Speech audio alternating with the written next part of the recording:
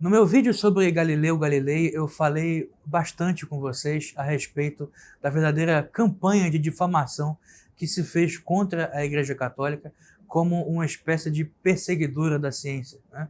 Como inimiga das luzes modernas, né? E um antro de obscurantismo, né? E onde não existe qualquer resquício de pensamento livre. Mas, mesmo depois de desfazer esse mito, é importante que nós afirmemos outra coisa, né? Porque mais de uma pessoa já veio me perguntar, de formas diferentes, em momentos diferentes, se a igreja teve de fato alguma relevância na produção científica, né?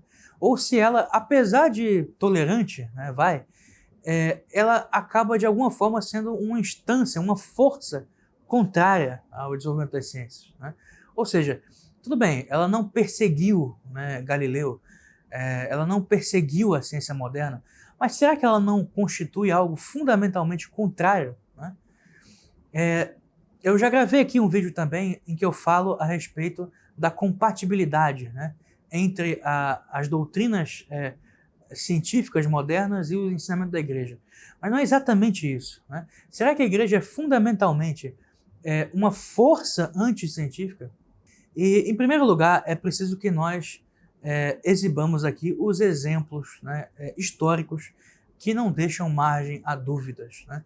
Boa parte, meus amigos, boa parte do que vocês conhecem por ciência moderna foi desenvolvido por padres, né, por religiosos ou por fiéis católicos leigos, né? Eu vou citar aqui só aqueles mais relevantes, né, e que tiveram contribuição gigantesca, né? A teoria do Big Bang. Você quer saber de uma teoria mais famosa, né, do que essa atualmente, que seja mais relevante, né, em cosmologia, em astrofísica, né? Só se fala praticamente no mundo da cosmologia na teoria do Big Bang. É praticamente a única que é explorada atualmente, né? E muito bem, ela foi criada por um padre católico, né? Um padre chamado Georges Lemaitre, que nos anos 30 elaborou uma tese com base na observação do famoso desvio para o vermelho, né, e do afastamento progressivo das galáxias. Ele elaborou um modelo também inspirado na recém-descoberta relatividade de Einstein, né, o modelo da inflação do universo, tendo uma origem, né, no que se chama de Big Bang, né, uma espécie de explosão, entre aspas, não é bem uma explosão, né? Mas essa teoria, que é atualmente a única adotada, né, pela cosmologia, é de um padre católico que era professor de física na Universidade de Louvain, na Bélgica. Uma outra tese científica famosíssima, né, a genética, né, não é uma tese, perdão, é um ramo que foi descoberto, um ramo novo das ciências, né, biológicas. Foi descoberta a genética por um monge católico, né, um religioso agostiniano que se dedicava a pesquisas de botânica, né, e que descobriu o fenômeno da genética, né, o famoso Gregor Mendel, né? Bom, só aqui nós já temos duas das principais teorias científicas modernas, né, e ramos de exploração aí que são importantíssimos.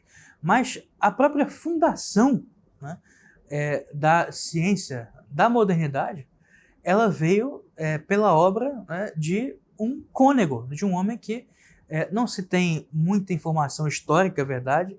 Alguns até negam que ele tenha sido de fato um cônego, mas no mínimo um católico devoto e piedoso ele era, né, que foi Nicolau Copérnico, né?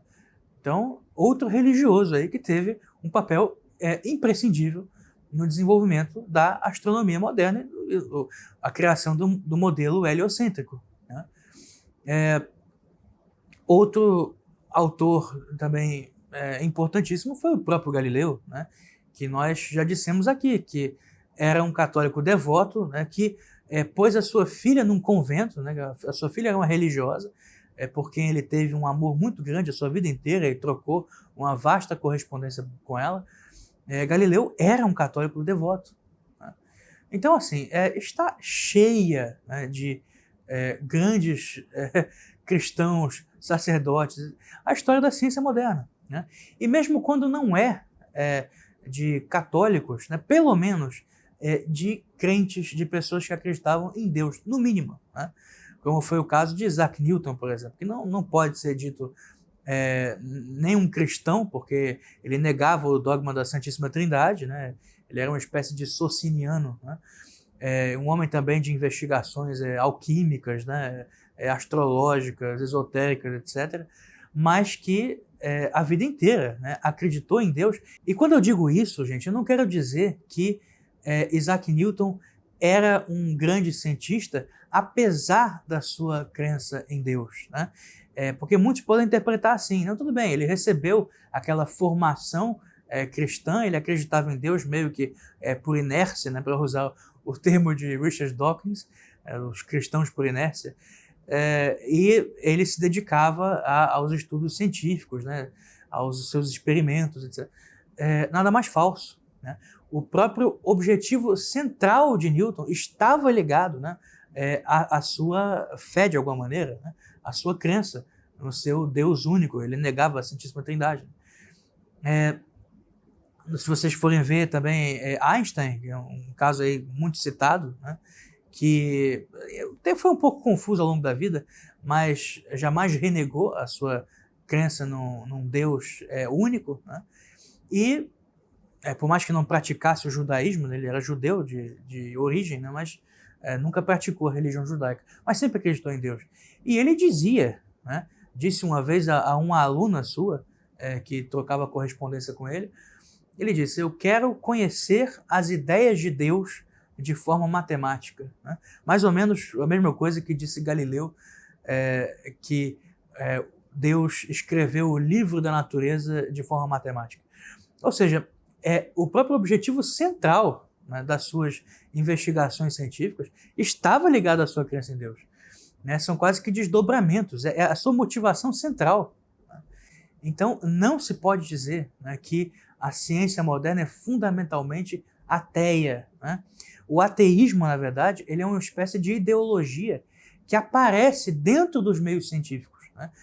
Provavelmente por uma espécie de reflexo psicológico, né, da crescente especialização das ciências. Cada vez mais as ciências se especializam, é preciso dominar todo um aparato matemático e experimental imensamente complexo, e essa concentração muito grande de energia, né, de atenção nos estudos sobre a matéria, né, fazem com que essas pessoas descuidem, né, de outros estudos que, na verdade, são até mais importantes, né? Nenhum cientista moderno, né, entende da ciência metafísica, né? Eles a desconhecem completamente, né? Então, na verdade, o seu ateísmo é por ignorância. São pessoas que são levadas, né, por se especializarem muito num determinado ramo, são levadas a um embrutecimento nos outros. Isso, gente, eu digo por experiência própria, né? Eu passei por uma faculdade de física e eu posso dizer para vocês, os professores que eu tive, meus colegas, são pessoas geralmente estudiosas, que dominam uma série de conhecimentos muito específicos, que acabam se tornando extremamente inteligentes naquilo, mas que no demais chega a ser vergonhoso, né? Eu não disse aqui o nome da instituição que eu estudei, né, mas os professores que eu tive lá eram todos, né, semi-analfabetos, né, eram pessoas que não conheciam a língua portuguesa, que escreviam errado, que às vezes tentavam dar alguma consequência filosófica ou metafísica daquilo que estavam estudando, e só diziam bobagens assim. Um professor que foi até premiado com o prêmio Jabuti por um livro didático que ele escreveu, né, uma celebridade aí do mundo da física no Brasil. Primeiro dia de aula, esse homem chegou para mim e disse que a mecânica quântica nos fazia duvidar da existência da realidade. Eu não pude conter a risada, né? Depois eu fingi que era outra coisa, mas, gente, uma pessoa que duvida da existência da realidade está duvidando que ela está ali falando isso para outra. Quer dizer, a pessoa tem que ser louca, né, para chegar a esse ponto. E certamente não é uma pessoa burra, né? É um professor muito talentoso, mas que, devido à sua especialização excessiva, ele acaba por deformar o resto, né? Não só da sua cultura, mas da sua personalidade. Nossa, o português dos professores de física é uma coisa lamentável, né? Eu tive um deles também que procurava escrever num tom um pouco mais erudito, né, suas apostilas, e ele tentava misturar termos que ele pegava em Machado de Assis, né, como patuscada, e metia isso no meio de um texto sobre física, ficava mais patético ainda. É vergonhoso, né? Realmente é vergonhoso. E isso está acontecendo com toda a classe científica, né? São um bando de ignorantes, né? Pessoas muito ignorantes, cheias de conhecimentos especializados, né? E realmente isso é preocupante, né? O desenvolvimento, né, a proliferação do ateísmo está muito ligado a isso. Vocês não vão me dizer que os grandes cientistas da atualidade, os professores universitários de física, de química, de biologia, né, ou das áreas das engenharias ou da medicina, que eles leram, né, os grandes teóricos do ateísmo, do materialismo, né, que eles foram ler os fragmentos de Demócrito, ou que eles leram De Rerum Natura, de Lucrécio, né, não sabem nem ler latim, ou então que foram ler os materialistas modernos, né, como um Barão d'Holbach, ou como um Helvetius, né, ou um Ludwig Feuerbach, é lógico, ou muito menos um Marx. É óbvio, essas pessoas não leram nada de filosofia, são completamente ignorantes e elas adotam o materialismo grosseiro, né? Então o ateísmo moderno ele não é um fenômeno intelectual, né? Ele é, antes de tudo, um fenômeno social, né, que deve ser estudado por sociólogos, né? Digo mesmo em relação às produções de divulgação científica que tentam espalhar essa ideologia ateísta, né? Já falei com vocês recentemente a respeito do livro Deus um Delírio, né, de Richard Dawkins, que é cheio de erros crassos, né? Ele tenta refutar as 5 vias de Santo Tomás de Aquino, dizendo que a 4ª via é refutada pela 2ª lei da termodinâmica. Quer dizer, é um homem que ele não conhece sequer o objeto da ciência metafísica, né? Ele não consegue entender que a termodinâmica não tem nada a dizer a respeito das 5 vias de Santo Tomás. Não é que elas refutem ou não, né? Isso está para além do limite dos métodos dela. Os métodos da termodinâmica se referem a outro objeto, né? São adequados a outro objeto. Ele não sabe nem disso, quer dizer, ele não domina os conceitos fundamentais, né? Não domina o conceito de Deus, Deus que ele quer refutar, cuja existência ele quer refutar, ele não apreende o conceito, né? A mesma coisa nós podemos dizer em relação a Daniel Dennett, né, o seu grande amigo, né, que escreveu o seu Brainstorms, né, e ele tenta provar que a mente humana não é nada mais do que computador, né, que não existe alma, que nós temos meramente um computador na nossa cabeça. E eu fui assistir uma conferência desse homem na internet e um aluno uma vez o interpela com argumentos mais ou menos sólidos e tenta dizer que, olha só, você pode fazer uma analogia com o computador, mas você não provou que são computadores. E ele fica muito zangado e começa a dizer, não, mas são sim. Quer dizer, não tem argumento nenhum. É uma pobreza, é uma miséria, né, sem fim.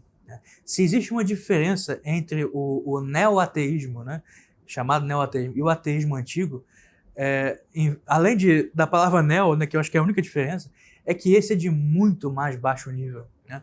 Esse atual é unicamente calcado na subliteratura, né? Então, não, meus amigos, o ateísmo não é um complemento natural das ciências. Os grandes cientistas que já existiam, a grande maioria deles eram crentes, eram pessoas que acreditavam em Deus. Boa parte deles eram católicos, alguns eram padres, né? Então, não existe nenhuma justificativa de enxergar o cristianismo, ou a igreja, ou a religião como um todo, como uma força fundamentalmente anticientífica e como a ciência naturalmente acompanhada do materialismo ou do ateísmo, né? É um fenômeno, provavelmente, tá? Isso é o que eu penso, derivado da especialização excessiva por que passam essas pessoas e não tem nada a ver nem com a verdadeira ciência, né, com os objetivos das ciências naturais, nem com os seus métodos, nem com o seu verdadeiro princípio, com os seus verdadeiros objetivos.